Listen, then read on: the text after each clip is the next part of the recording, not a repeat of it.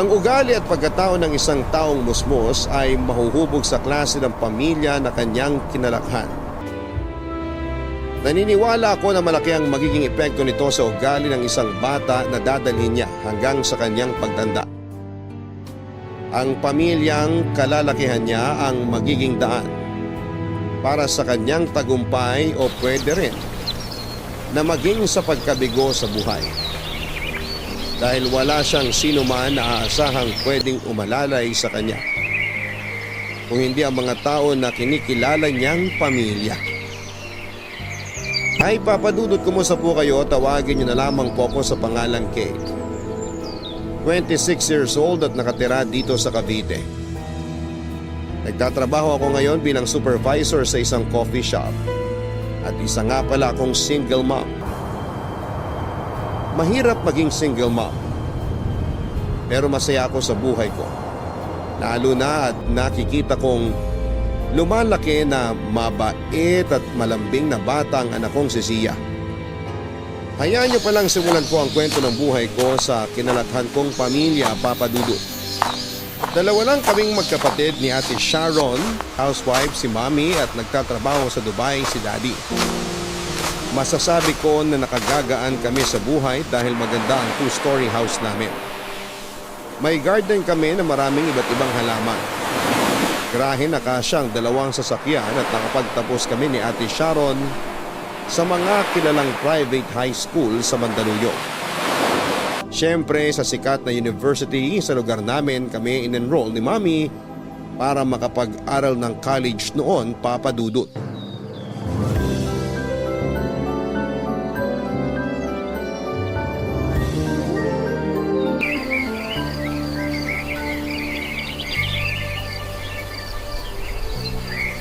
Mommy, ano po masasabi niyo sa performance ko kahapon sa folk dance namin? Ano pa ba? Siyempre napakagaling mo, Sharon. Talaga po? Nagustuhan niyo? Oo naman. Litaw na litaw nga yung ganda mo sa stage kahapon.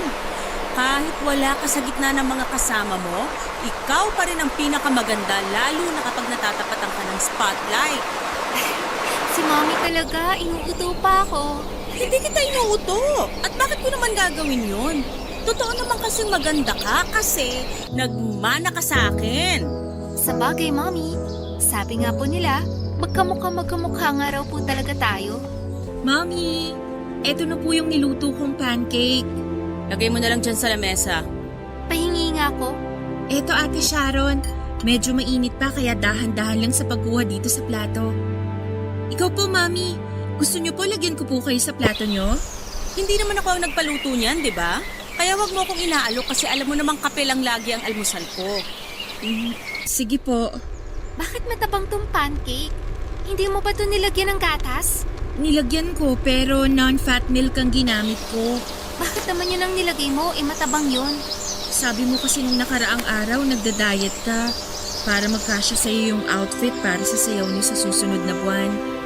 Yung full cream milk kasi masyadong mataas ang calories kaya naisip ko na... Diba, business administration ang course mo?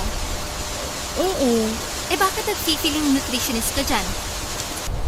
Lagyan mo na nga lang ng asukal to na magkalasa. Pasensya na ate. Sharon, pagkatapos mo kumain, maligo ka na at magbihis, ha? Saan po tayo pupunta? Ibibili kita ng bagong sapatos para sa dance rehearsal niyo. Napansin ko kasi na malapit nang masira yung sapatos mo eh. Manonood na rin tayo ng sine. Yay! Sige po, Mommy! Kasama rin po ba ako, Mami? Bakit? Tumaas ba ang grades mo? Hindi po. Anong usapan natin dati? Papayagan kitang sumali sa teatro-teatro na yan basta hindi mo papabayaan ang grades mo. Pero anong ginawa mo? Nagpabaya ka? Hindi ko naman po pinapabayaan ang pag-aaral ko. Hindi raw, pero bumaba ang grades. Dito ka na lang sa bahay at mag-aral ka na lang. Tama si Sharon. Dito ka na lang sa bahay at tutukan mo yung pagre-review mo para sa midterm exams nyo. Para naman makabawi ka sa mga pinakita mong mababang grades sa akin. Sige po, Mami. Oo nga pala, pakilinis na rin ang kwarto ko pagkatapos mo mag-review ha. Palitan mo na rin yung bedsheet doon kasi nadudumihan na ako. Hoy, Kate! Kinakausap ka ng kapatid mo. Bakit ba hindi ka sumasagot dyan? Masama ba ang loob mo na hindi kita isasama sa mall mamaya? Hindi po. Ayos lang po sa akin. Kasi alam ko naman po na kailangan ko rin talagang mag-aral. Ako nang bahalang maglinis ng kwarto mo, Ate Sharon. Papalitan ko na rin yung mga pillowcase kasabay ng pagpapalit ko ng bedsheet mo.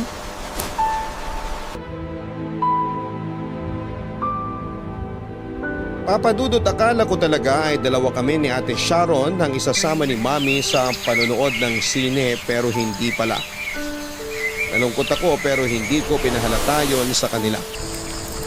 Hindi na rin ako nagpumilit pang sumama kasi tama naman ang sinabi noon ni Mami na bumaba ang grades ko at kailangan kong bumawi sa academics.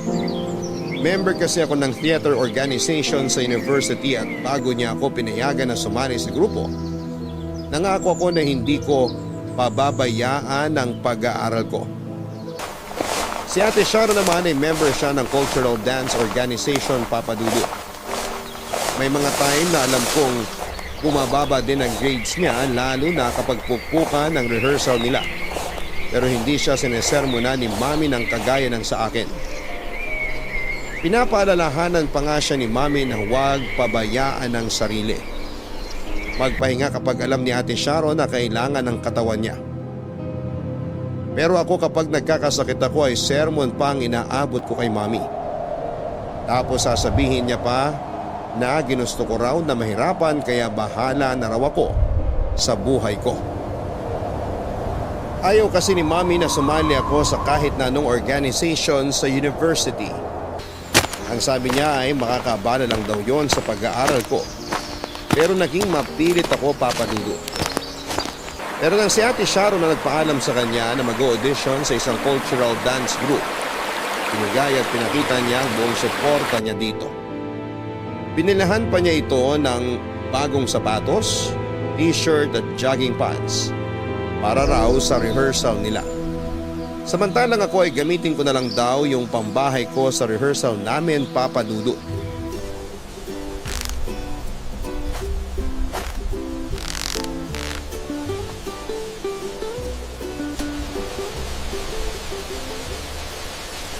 Nood po kayo ng stage play namin. Mura lang po ang ticket. Bago po ang stage play namin mamaya. Hindi nyo pa po napapanood kaya bili na po kayo ng ticket namin. Hi, Pogi! Nood ka ng stage play namin, ha? Ay, suplado? Di ako pinansin. Ikaw naman kasi. Puro lalaking tinatawag mo na estudyante. Magtawag ka rin naman ng mga babae. Aba, syempre. Bibida mamaya ang beauty ko sa stage kaya gusto ko maraming boylet ang manood. Sira. Mamaya magtaka si Direk kung bakit walang masyadong nanonood kasi namimili ka ng tatawagin para bumili ng ticket. Wait ka lang, maraming manonood mamaya. Believe me. Paano mo naman nasabi? Hindi ko lang basta nasabi. Alam ko. Kasi, kinuntsaba ko na yung mga kaklase ko sa isang subject namin. Ako ang magiging representative nila sa Mr. University basta manonood silang lahat ng stage play natin. Teka, ikaw? Lalaban ng Mr. University? Seryoso ba yan? Oo, seryosong seryoso na. Eh wala kasi akong choice. 3 lang kaming lalaki sa klase namin. Yung 2 mas mahaba pa ang buhok sa akin. Tapos mas babae pa sa akin magsalita. Kaya mas lalong wala silang pag-asa manalo. Parang sinabi mo na may pag-asa kang manalo ah. Oh, aba teka. Gusto mo yata subukan pagkalalaki ko eh. Ew! Wilbert! Tumigil ka nga dyan. Kadiri ka. Ayoko rin naman kasi talagang sumali. Wala lang akong choice. Kasi nga ayaw akong tigilan ng mga kaklase kong babae. Kaya yun ang naisip ko. Sasali ako basta manonood sila ng stage play natin. Tapos, In fairness ha, galing mo dyan sa naisip mo, Wilbert. Ay, ang init naman dito sa pwesto natin. kaya nga ang init. Nakailang lagay na ako ng sunblock sa balat ko pero pakiramdam ko wala na masyadong epekto. Kasi tirik na tirik ang araw, oh. Uy, Kate! Ate Sharon? Bakit? Ikaw na nga mag-uwi nitong sapatos at uniform ko. Isama mo na rin to mga libro at notebook ko. Sige, Huwag mong gugustutin yung mga libro kasi hiniram ko lang yan. ako nang bahala dito. Ilalagay ko sa paper bag mamaya. Okay, sige. Yun lang. Bye! Okay, sige, yun lang. Bye. Uy, baka marinig ka ni Ate Sharon. Eh ano naman? Ang arte-arte kaya ng ate mo na yun. Hindi naman. Ganun lang talaga yun magsalita. Baka sa'yo lang. Kasi nakita ko naman siya kung paano makipag-usap sa mga kaibigan niya. Napaka-sweet. Akala mo hindi maldita sa kapatid. Bakit pa kasi hinahayaan mo siya na tratuhin ka ng ganun? Sanay naman na kasi ako. Ayun, kaya nasanay rin siyang taray-tarayan ka kasi hinahayaan mo. Wilbert, ate ko yun. Kilala ko siya. At alam ko na ganun lang talaga siya magsalita. Pero mabait naman yun. Lalo na kapag magkasama kami sa bahay. Weh, paniwala ako sa'yo. Oo nga, ang kulit. Ayusin mo na nga lang yung mga ticket dyan para hindi masyadong makalat yung booth natin. Magtawag na rin ulit tayo ng mga estudyante para manood ng show natin. Baka mapadaan pa si Naderek at sabihin na panay lang ang daldala natin dito.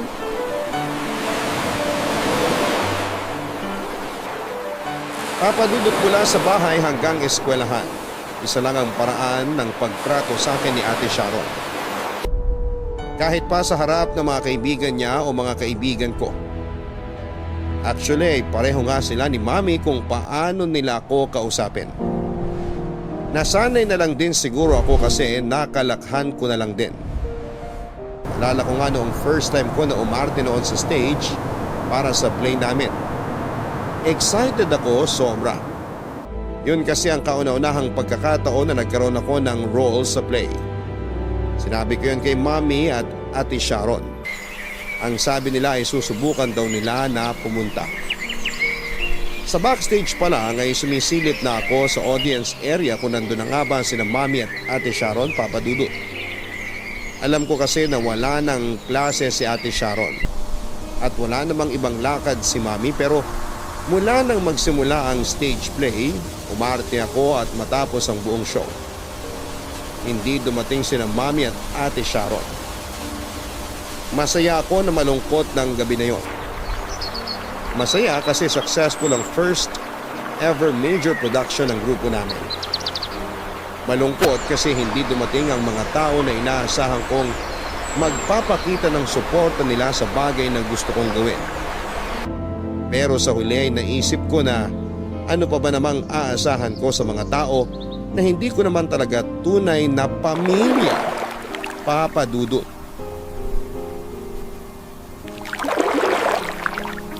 Papa Dudut, nasa second year high school ako nang malaman ko ang totoo na hindi pala ako anak ni Mami. Nasa sala sina Mami kasama si Ninang Sonia at nagkukwentuhan sila doon. Nasa kusina naman ako at nagliligpit ng mga pinagkainan namin. Alak na pinagsasaluhan sina Mami at medyo nalalasing na sila kaya lumalakas na rin ang boses nila. Hanggang sa marinig ko mismo mula sa Mami ko na dapat daw ay nagpapasalamat ako kasi kahit na hindi niya ako tunay na anak, kinupkop at inalagaan niya pa rin ako. Sinaway siya ng ninang ko at sinabi na baka marinig ko raw ang sinasabi niya. Naiyak ako noon, Papa Dudut. Bumalik sa alaala ko yung paraan ng pakikipag-usap nila sa akin at pagtrato sa bahay. Kaya pala kahit kailan ay hindi ako nakaramdam ng pagmamahal mula sa kanila. Kaya pala palaging parang mainit ang dugo niya sa akin. Kasi hindi naman siya ang nagluwal sa akin. Si Ate Sharon lang ang anak nila ni Daddy. Kaya eto lang ang mahal niya. Kaya naman doon ko nakasanayan na huwag umasa sa atensyon, oras at pagmamahal mula kay Mami, Papa Dudut. Oo, nasasaktan pa rin ako. Pero wala eh. Ano ang magagawa ko kung hindi naman talaga ako parte ng pamilya nila? Sabit lamang ako. Kaya kahit magbakasyon o out of town sila ni Ate Sharon na hindi ako kasama ay okay lang sa akin. Kasi hindi naman ako anak ni Mami. At hindi rin ako tunay na kapatid ni Ate Sharon, Papa Dudut.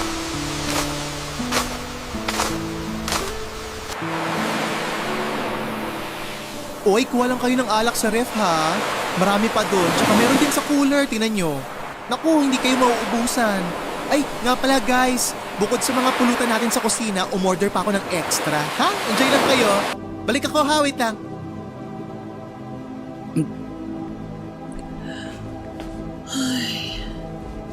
Wow! Balon? Ang lalim ng buntong hininga natin ah. Oh, ito pang alak tsaka minudo para tumigil ka na sa kabubuntong hininga mo. Thank you. Grabe ka! Saglit lang ako nawala para mag-asikaso ng ibang bisita sa loob ng bahay.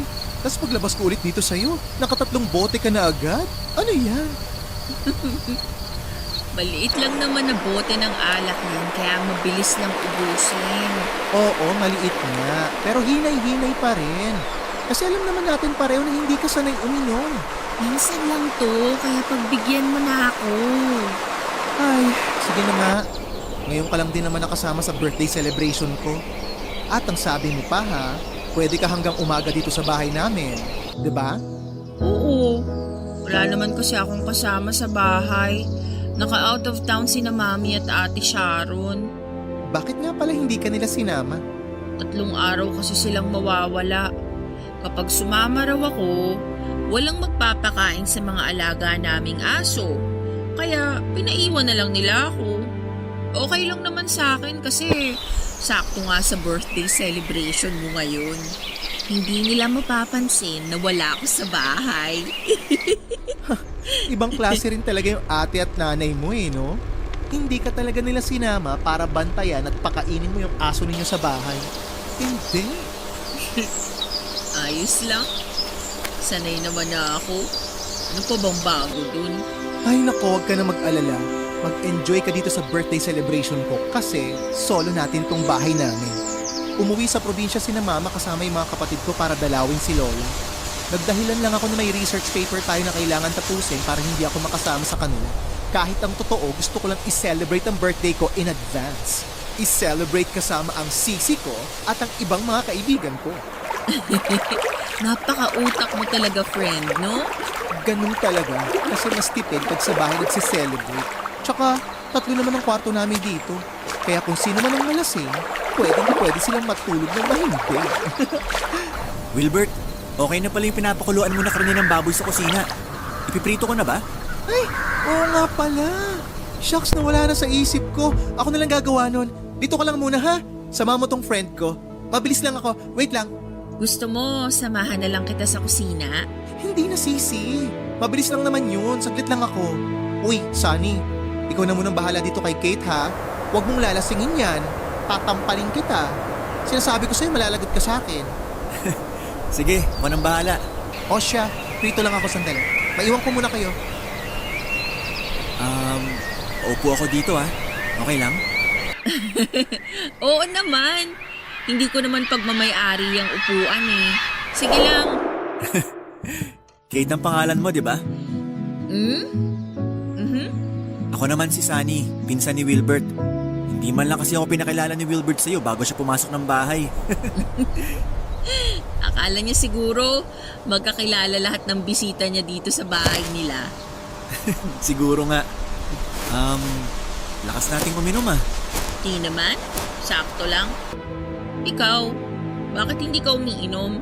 Sige lang, eto kumuha na ako ng isang bote. Alam mo, marami na akong kakilala na kaibigan ni Wilbert. Pero parang ngayon lang kita nakita. Hindi kasi ako madalas na nakakasama sa mga gimmick ni Wilbert. Madalas na nasa bahay lang ako. Bakit? Strict ang parents mo? Hindi. Wala nga pakialam sa akin yung mga yun. Kahit kailan, hindi ko naramdaman na may pamilya ako.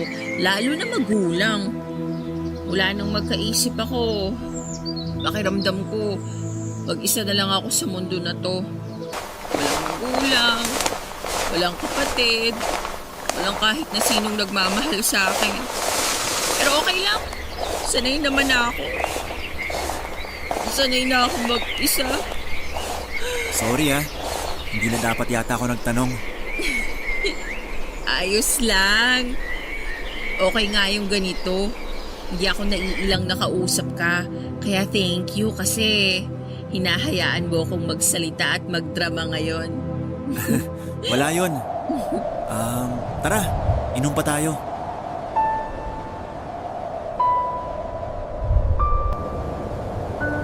Papadudot pagkatapos ng araw na narinig ko mula sa pagkwekwentuhan ni na Mami at Ninang Sonia ang tungkol sa pagiging ampon ko. Nagsimula ako mag-usisa tungkol sa pagkatao ko. Si Ninang Sonia ang nilapitan at kinausap ko tungkol doon. Ang unay ayaw pa niyang magkwento sa akin dahil hindi raw siya ang tamang tao para magsabi sa akin ang totoo. Pero nang maiyak na ako habang nakikiusap sa kanya ay sinabi na niya sa akin noon ang nalalaman niya. Meron daw kasambahay sina Mami noon na nabuntis ng lalaking hindi na nila nakilala, Papa Dudut. At nang makapanganak ang kasambahay ni na Mami, bigla na lang daw itong umalis ng bahay at iniwanan ako. Ayaw daw talaga ni Mami na alagaan o ampunin ako pero mabait daw si Daddy at naawa ito sa akin. Kaya naman ginawa nilang legal ang pag-ampon sa akin kasi hindi na rin nila mahanap pa ang nanay ko o kahit pa ang mga kamag-anak nito. Mas lalo akong naiyak dahil mas naramdaman ko na hindi talaga ako parte ng pamilya namin. Nasabi ko tuloy na sana nung una pa lang. Pinalaglag na lang ako ng nanay ko para hindi na ako nahirapan pa sa mundong ito. Pero wala naman akong magagawa kung hindi ang tanggapin ang naging kapalaran ko. Pilit ko na lamang na pinagsisiksikan ang sarili ko sa pamilya namin, Papa Dudut. Nagpanggap ako na hindi ko pa alam ang totoo. Maasa na balang araw, mamahalin din nila ako ng totoo. Sa treatment sa akin ni Ate Sharon ay halata na alam niyang hindi niya ako tunay na kapatid kaya hinayaan ko na lang yon. Ayun nga lang ay lumalaki ang sama ng loob na nararamdaman ko para sa kanila. At nang minsang mag-out of town sila ni Mami nang hindi ako kasama, nagpakalunod ako sa alak hanggang sa nawala na ako ng kontrol sa sarili ko. Dahil doon ay hindi ko sinasadya na naibigay ang katawan ko sa lalaking unang beses ko pa lamang nakilala ng gabi na yon. Na hindi ko inaasahang babago sa buong buhay ko, Papa Dudut.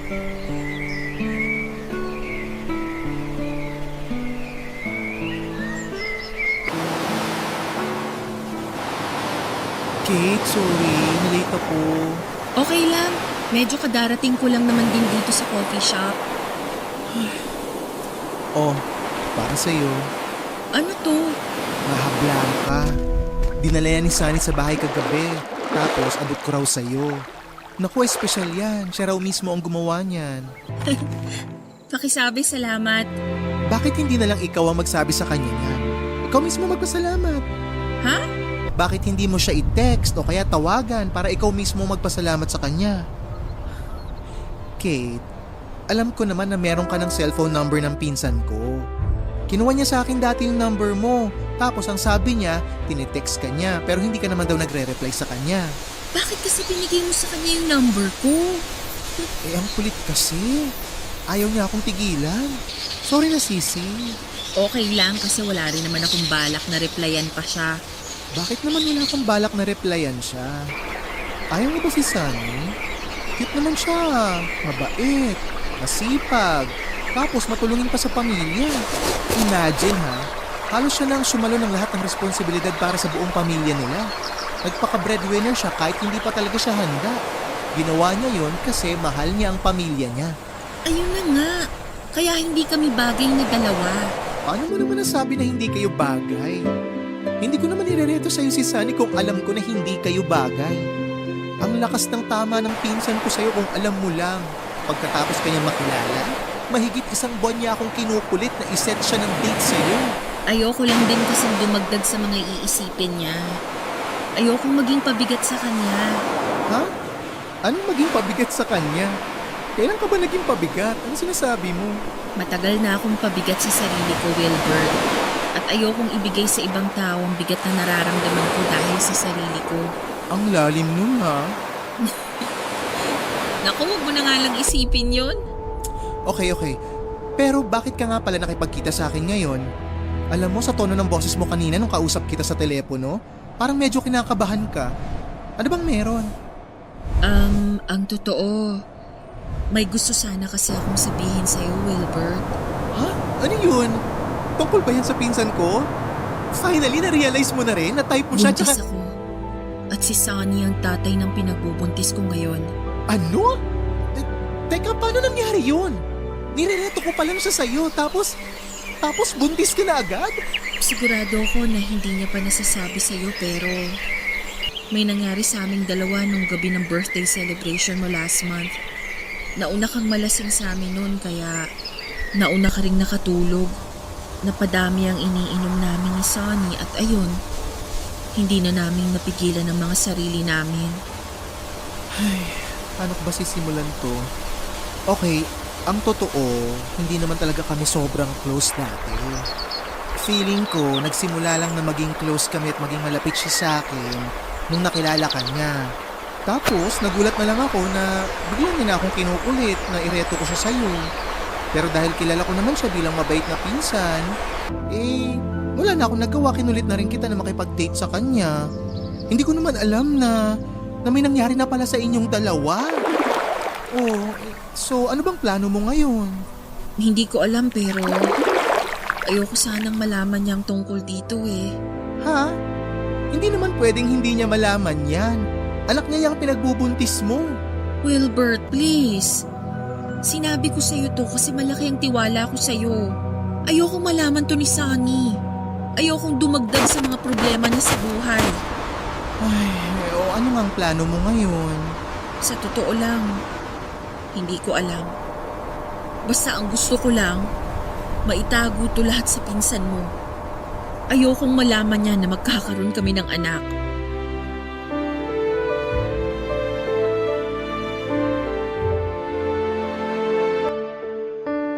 Papadudot, aaminin ko na nung gabing magkausap kami ni Sunny, nag-enjoy talaga ako lalo na at malalim siyang magsalita at magbigay ng payo. Sinabi niya na dapat sa kabila ng pinagdadaanan ko ay patuloy akong nagpapakatatag kasi wala akong ibang pwedeng asahan kung hindi ang sarili ko. Alam ko rin na nag-enjoy siya na kausap ako kahit papaano. Kasi pareho naming hindi napansin na napaparami na ang inom namin ng alak. Tinamayan niya ako sa pinagdadaanan ko noon. Kasi sobrang bigat talaga ng mga oras na yon ang nararamdaman ko. Iba pala talaga ang epekto ng alak sa taong problemado. Nailalabas nito ang lahat ng kinikimkim nating sakit at bigat dito sa ating dibdib. Naalala ko nga na halos umiyak na talaga ako habang kausap siya. At nang medyo nahimasmasan ako ay nagpasalamat ako sa kanya. Nagpasalamat ako kasi nakinig siya sa lahat ng kadramahan ko sa buhay, Papa Dudut. At muli kaming nagpatuloy sa kwentuhan at inuman na nauwi na nga sa pagsasalo ng init ng aming mga katawan. Yun ang unang pagkakataon na naibigay ko ang sarili ko sa isang lalaki. Siguro kasi attracted na rin ako kay Sunny. Bukod sa masaya ako sa naging pag-uusap namin, gwapo rin siya, matangkad, moreno at maganda ang ngiti dahil sa maputi niyang mga ngipin. May pagkasuplada pa naman ako pero hindi ko nagawang supladahan ang pagiging friendly niya dahil attracted na kaagad ako sa kanya noon, Papa Dudut. Papa Dudut, na kwento rin sa akin noon ni Sunny na panganay siya sa kanilang 4 na magkakapatid. Ulila na siya sa tatay at tinutulungan niya ang nanay niya sa pagtatrabaho nito sa karinderya kapag wala siyang pasok sa school. Academic scholar din siya na malaki ang naitutulong sa mahirap nilang buhay. Pangarap niya makapagtapos ng pag-aaral at marami siyang plano para sa pamilya niya. Isa na nga doon ay ang may ahon sa hirap ang buhay nila. At yun ang dahilan kung bakit ayokong ipaalam sa kanya ang tungkol sa ipinagbubuntis ko noon, Papa Dudut. Hindi ko kayang sirain ang mga pangarap niya. Nang magising nga ako sa tabi niya na walang saplot sa mga katawan namin, agad ako nagbihis at umalis nang hindi nagpapaalam sa kanya. Kinuha niya ang number ko kay Wilbert at palagi siyang tumatawag at nagtitext sa akin. Nang magpakilala pa lang siya sa text ay hindi ko na kaagad siya nireplyan. Oo, gusto ko siya pero alam ko na hindi ako ang babaeng bagay para sa kanya. Kaya nakiusap din ako kay Wilbert na huwag sabihin sa pinsan niya ang tungkol sa ipinagbubuntis ko, Papa Dudut.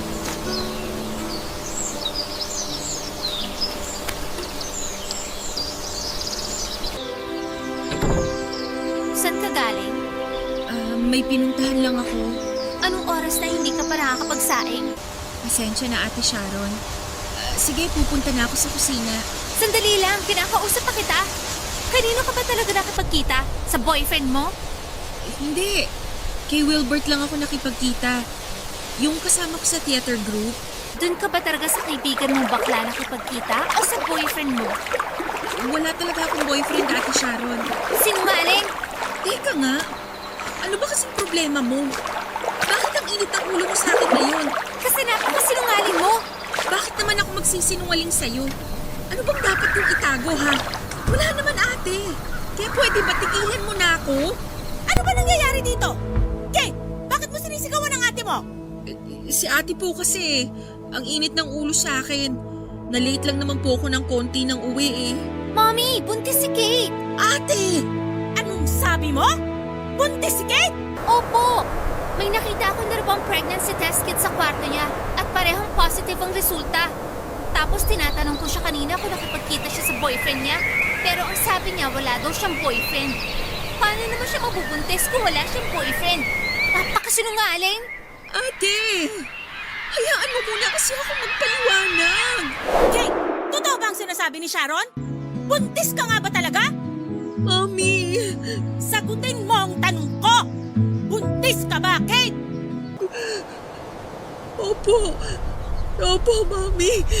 Sorry po! Napakalandi mo, Kate! Hindi mo man lang inisip ang perang ginagastos mo para sa'yo! Tapos sasabihin pa niya na wala siyang boyfriend? Sinungaling na, malandi pa. Alam mo ba kung magkano ang nagastos namin sa'yo, ha?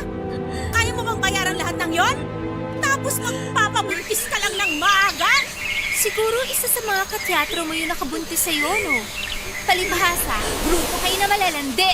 Hindi totoo yan! Mababait ang mga kateatro ko! Huwag mo silang idamay dito! Mababait? Kaya pala nabuntis ka ng isa sa mga yon. Tama na, Ate Sharon! Huwag mo nga silang idamay dito kasi wala silang kinalaman! At huwag mong sisigawan ng anak ko kasi wala kang karapatan, Kate! Sampid ka lang sa bahay na to. Kaya matuto kang lumugar, Kate. Oo! Alam ko! Matagal ko nang alam na sampid lang ako sa bahay na to! Sa bahay niyo! At hindi mo na kailangang ipabuka sa akin yan, Ate Sharon! Dahil kahit hindi mo sabihin, ramdam ko na basura lang ang paningin niyo sa akin ni Mami. Sumusobra ka na, Kate, ha? Ang sabi ko, huwag mo sinasagot ng ganyan ng kapatid mo! Eh kung palayasin kaya kita sa bahay na to! Hindi niyo na po kailangang gawin yan, Mami. Hindi niyo na po kailangang sabihin yan. Dahil kusa akong aalis sa bahay na to. Alam ko naman na ito yung matagal niyong gustong mangyari. Ang mawala ng sampid na ampon sa bahay na to. Kaya sige, pagbibigyan ko na kayo. Aalis na ako dito at kahit kailan, hindi na ako magpapakita sa inyo.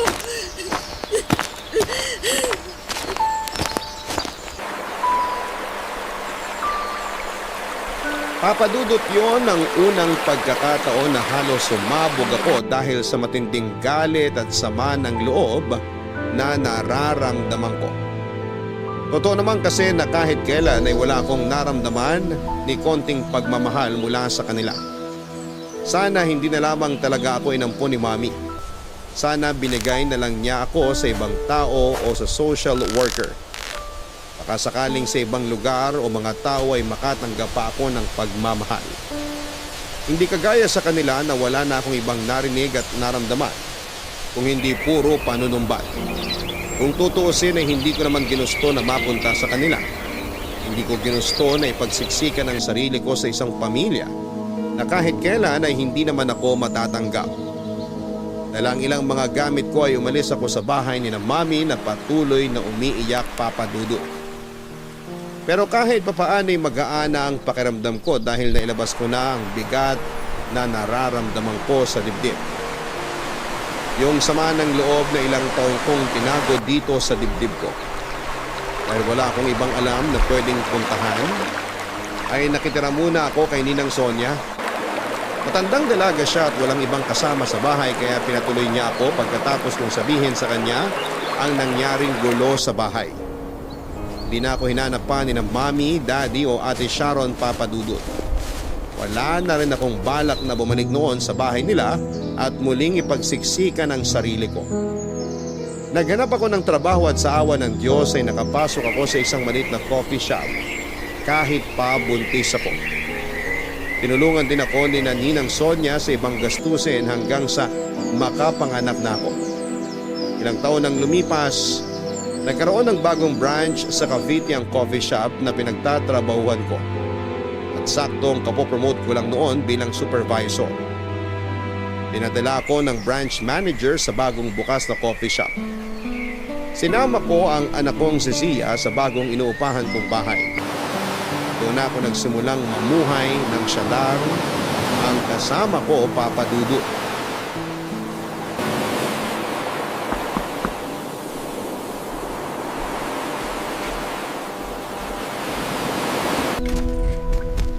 Ate Sharon? Hi, Kate. Kumusta? Ayos lang. Anong ginagawa mo dito sa apartment ko? Gusto sana kita makausap. May lakad ka ba? Meron pero mamaya pa. Susunduin ko yung anak ko sa school. Hindi ka pa naman paalis, no? Hindi pa kasi mamaya pa yung tapos ng klase niya. Pwede ba akong pumasok? Ha? Oo, halika, pasok ka.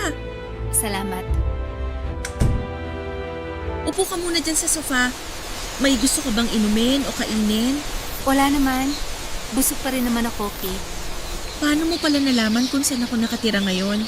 Tinanong ko kay Tita Sonia. Nung una nga ayaw niyong ibigay. Kinulit ko lang siya. Sana okay lang. Oo naman, okay lang. Medyo nagulat lang ako na bigla kang dumating dito nang walang pasabi. Ang totoo, nahihiya ako mag-text o tumawag sa'yo.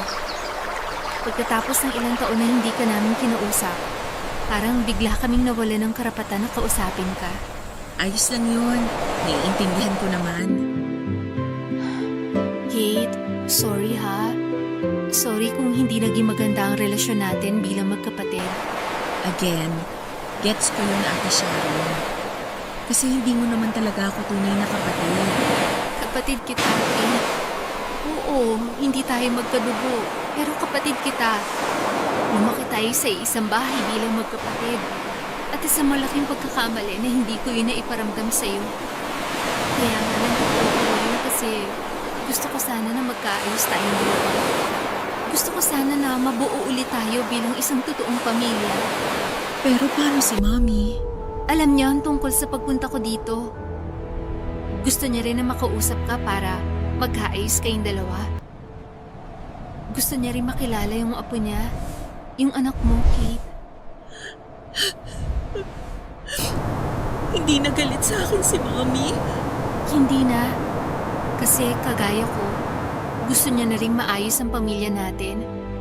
Kung pwede nga lang, doon ka na ulit tumira sa bahay. Para magkakasama na ulit tayo. Para makabawi kami sa'yo at sa anak mo. Grabe, hindi ako makapaniwala. Totoo ba talaga to? O nananaginip lang ako? Hindi ka nananaginip, Kate. Totoong nandito ako sa harap mo ngayon. Ito, oh. Hahawakan ko ang kamay mo para mas maramdaman mo ang presensya ko. Nandito ako sa harap mo, Kate. Humihingi ng sorry at nakikipag-ayos sa'yo. Hindi mo na kailangang humingi ng sorry, ate. Kasi sobrang tagal kong pinangarap na mangyari to. Yung hawakan mo yung kamay ko at maging okay tayo bilang magkapatid. Thank you. Thank you. Kasi pinaramdam mo sa akin na magkapatid pa rin tayo. At salamat din kasi hindi mo pinagdamot ang chance na magkaayos tayong dalawa. Sabi ko hindi ako iiyak eh. Pero hindi ko na rin mapigilan. Oo nga pala. Malapit na pala akong ikasal. Hindi ka pwedeng mawala sa araw na yun, ha? Kayo ng pamangkin ko. Siyempre naman, darating kami ng anak ko. Hindi pwedeng hindi kami maging parte ng espesyal na araw sa buhay mo, Ate Sharon.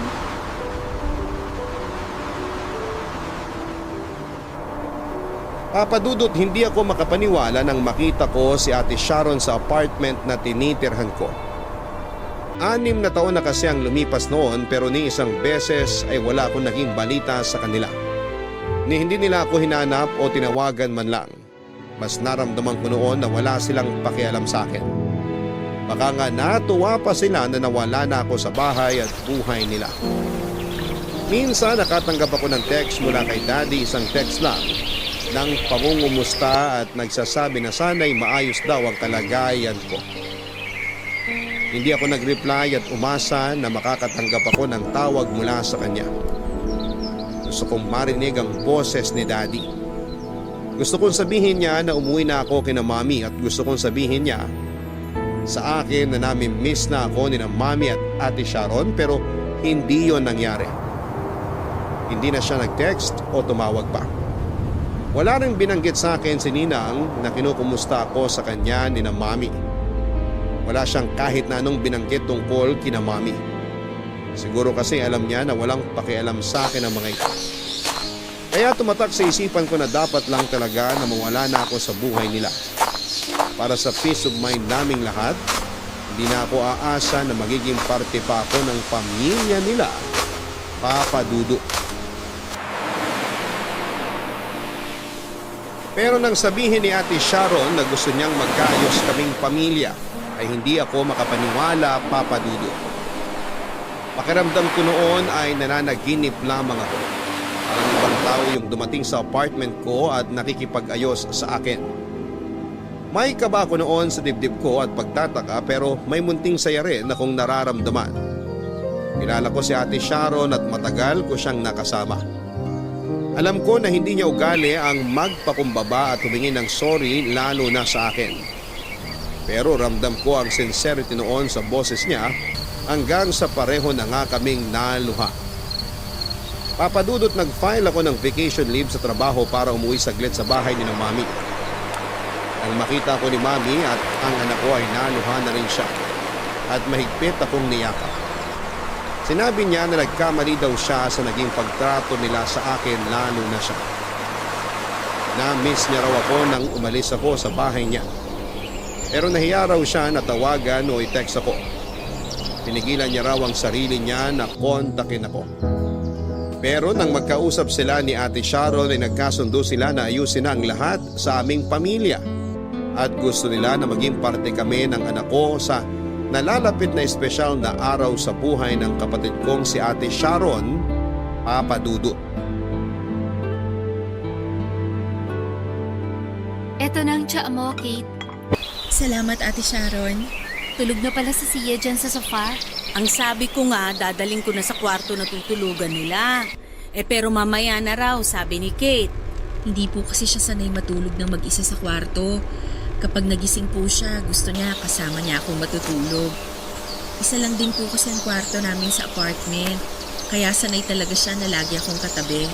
Kaya naman pala talagang hindi siya humihiwalay sa'yo. Matanong ko lang, nasaan na ba ang tatay ni Zia? Kung okay lang naman na malaman namin ni Sharon ng tungkol doon. Pero kung hindi ka naman komportable na magkwento sa amin, maiintindihan ko kasi... Ayos lang po na magtanong kayo tungkol sa lalaking nakabuntis sa akin, Mami. Ang totoo, wala na rin po akong balita sa lalaki na yon. Walang hiya naman pala ang lalaking yun eh. Ang kapal ng mukha niyang takasan ng responsibilidad sa'yo. Wala siyang kasalanan, Ate Sharon. Kasi ang totoo, hindi niya alam na nagkaanak kami. Na nabuntis niya ako. Kaya huwag kayong magalit sa kanya. Bakit naman hindi mo pinaalam sa kanya?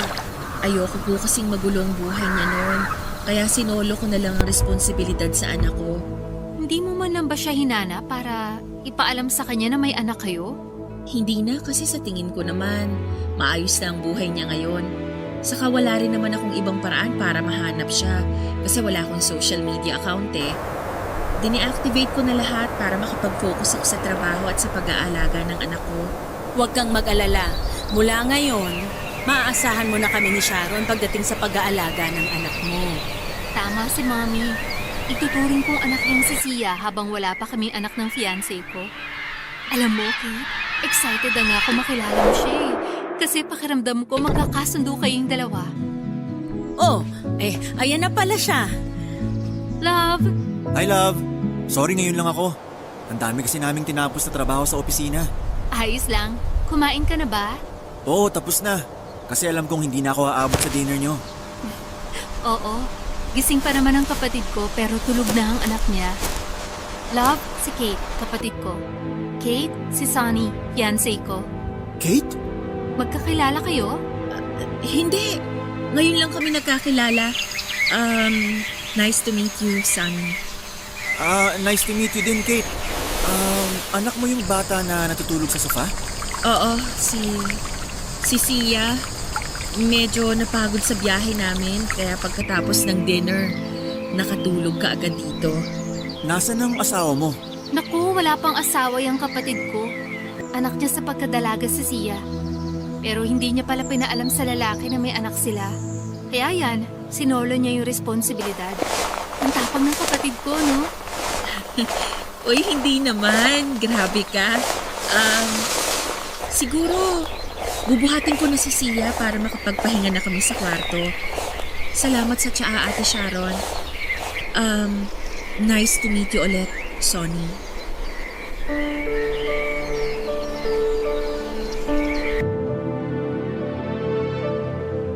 Akala ko noon ay hindi ko na makikita na masaya sina Mami at Ate Sharon habang kasama ko silang kumakain sa isang lamesa, Papa Dudu. Palagi ko kasing napapanaginipan yon at akala ko'y hanggang sa panaginip na lamang pwedeng mangyari. Yung matatanggap nila ako bilang totoong parte ng kanilang pamilya. Nung dumating nga ako doon, nakipag-video call pa sila kay Daddy para ipakita na sa wakas ay nagkaayos na rin kaming tatlo. Nakita ko na natuwa si Daddy at sinabi niyang excited na siyang umuwi para makasama kami pati na ang anak ko. Habang aliw na aliw ang anak ko. Sa pakikipaglaro kay Ate Sharon ay tinulungan ko naman sa pagluluto si Mami, Papa Dudu. Doon kami mas nakapagkwentuhan. Sinabi niya na ganun daw siguro kapag tumatanda na, mas nare-realize nila ang mga pagkakamaling nagagawa nila. 3 years ago raw kasi noon, na-diagnose siya na may cyst sa ovary. Nagamot naman daw kaagad pero munti ka nang mauwi sa cancer. Takot din daw talaga siya noon lalo na nang marinig niyang buntik na siyang magkaroon ng cancer. Pagkatapos matanggal ng cyst sa ovary niya, sinabi sa kanya ni Ate Sharon na magpapakasal na ito kay Sunny. Noong naisip ni Mami na oras na para mas ayusin nila ang buhay nila. Kaya gusto na rin nilang maayos ang relasyon namin bilang isang pamilya. Papadudot excited na si Ate Sharon noon na ipakilala sa akin ang fiancé niya. Hindi niya raw kasi ako nakukwento dito kaya sigurado raw siya na magugulat ito. Pero ako yata ang mas nagulat nang makita ko ang fiancé niya. Pinilit ko na lamang na ngumiti at hindi ipahalata ang pagkagulat ko sa kanilang lahat. Pero medyo namutla din ang fiancé ni Ate Sharon na si Sunny, lalo na nang mapatingin sa anak kong si Sia. Hindi na siya nagsalita noon at alam ko kung ano ang bagay na tumatakbo sa isip niya noon. Bagay na sigurado kung hindi ko nagugustuhin na marinig pa, Papa Dudu.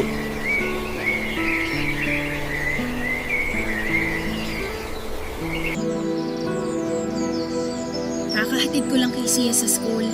Eto, paalis na rin ako kasi may trabaho pa ako. Okay, sige. Basta next week dapat nandito ulit kayo sa bahay, ha? Anong meron next week? Magsusukat na kasi ng gown para sa kasal namin ni Sunny. Dapat nandito kayo ni Sia para masukatan din kayo ng isusuot nyo. May dress naman ako sa apartment. Meron din si Sia. Yun na lang ang isusuot namin kasi formal din naman ang dress na yun. Hindi pwede, Kate. Ikaw ang maid of honor ko. At si Sia naman ang flower girl sa kasal namin. Kaya kailangan na nakagown din kayo pareho. Ate Sharon, pwede bang iba na lang ang kunin mong maid of honor sa kasal? Baka kasi may pasok ako sa trabaho sa araw na yun. Akala ko ba ang sabi mo last time, makakapag-leave ka sa trabaho mo sa araw ng kasal ko? May ilang buwan pa naman. Kaya baka pwede mo pang makausap ang manager nyo. Hindi kasi talaga ako sigurado kasi nga peak season namin sa buwan na yun. Baka mahirapan ako mag-file ng leave. Uuwi si Daddy galing Dubai. Matagal na rin kayo hindi nagkikita, kaya hindi ka talaga dapat mawala sa kasal ko. O sige na, Kate. Kailangan ko na rin ibaba tong tawag kasi papasok na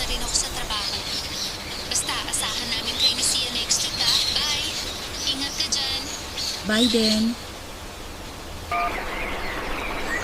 Kate, Sunny?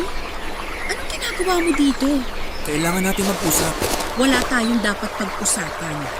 Saka teka nga, paano mo ba nalaman kung nasan ako ngayon? Pasimple kong tinanong kay Sharon kung saan nag-aaral si Sia. Nabanggit mo raw yun sa kanya kaya pumunta ako ngayon dito para magbakasakali na makita ka. Sumerte naman ako nang makita nga kita ngayon. Kailangan ko na rin umalis. May pasok pa ako sa trabaho. Kate, sandali. Kailangan nga natin mag-usap. Pero sinabi ko na nga na wala naman tayong dapat na pag-usapan, di ba? Meron! Yung tungkol sa anak natin na si Sia. Anak ko. Anak ko lang si Sia. Kate, alam ko na ako ang tatay niya. At paano ka naman nakakasigurado? Dahil ako ang first time mo.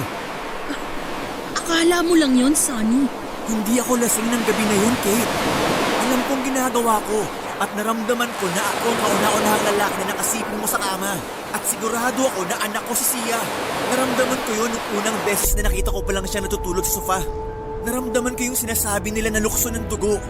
Kaya please, Kate, sabihin mo na sa akin ang totoo. Anak ko siya, di ba? Anak natin si Sia. Oo. Anak mo siya, Sunny. Anak natin si Sia. Tama ako. Pero, paano mo nagawa sa akin to? Bakit tinago mo siya sa akin ng ilang taon? Dahil ayokong magulong buhay mo noon. Breadwinner ka sa pamilya niyo, di ba? At kapag nalaman mo na buntis ako, mas lalo lang bibigat ang pasanin mo. Dadagdag lang ako sa problema mo. Kahit kailan hindi ka naging problema sa akin. Nung gabi na may nangyari sa ating dalawa, hindi talaga ako lasing nun. Kahit yun ang una at huling beses na nagkita at nagkasama tayo, naramdaman ko na kaagad na gusto kita. Kaya nga nagpatulong ako sa pinsan ko na ireto niya ako sa'yo. Pero palagi ka namang umiiwas sa akin. At ngayon na nagkita na tayo ulit, hindi ko nasasayangin ang pagkakataon na to para makabawi ako sa inyo ng anak natin. Sunny, please. Kung ano man ang nasa isip mo, huwag mo nang ituloy yan. Ngayon lang kami nagkakaayos din ng Mommy at Ate Sharon. Huwag mo naman sanang guluhin yun. Hindi ko naman ginugulo ang pamilya nyo. Gusto ko lang kunin ang karapatan ko sa anak ko. Gusto ko magpakatatay sa kanya na hindi ko nagawa sa loob ng ilang taon. At hindi mo pa rin pwedeng gawin hanggang ngayon. Anong ibig mong sabihin, Kate? Hindi ko ilalayo sa'yo si Sia. Pero hindi mo pwedeng sabihin sa kanya ang totoo. Walang sino man ang pwedeng makaalam na ikaw ang tatay niya. Sinasabi ko sa'yo, Sunny. Sa oras na malaman ko ni na Ate Sharon, sa oras na masira uli ang samahan ng pamilya namin ng dahil sa'yo, ilalayo ko sa'yo si Sia. At kahit kailan, hindi mo na ulit kami makikita.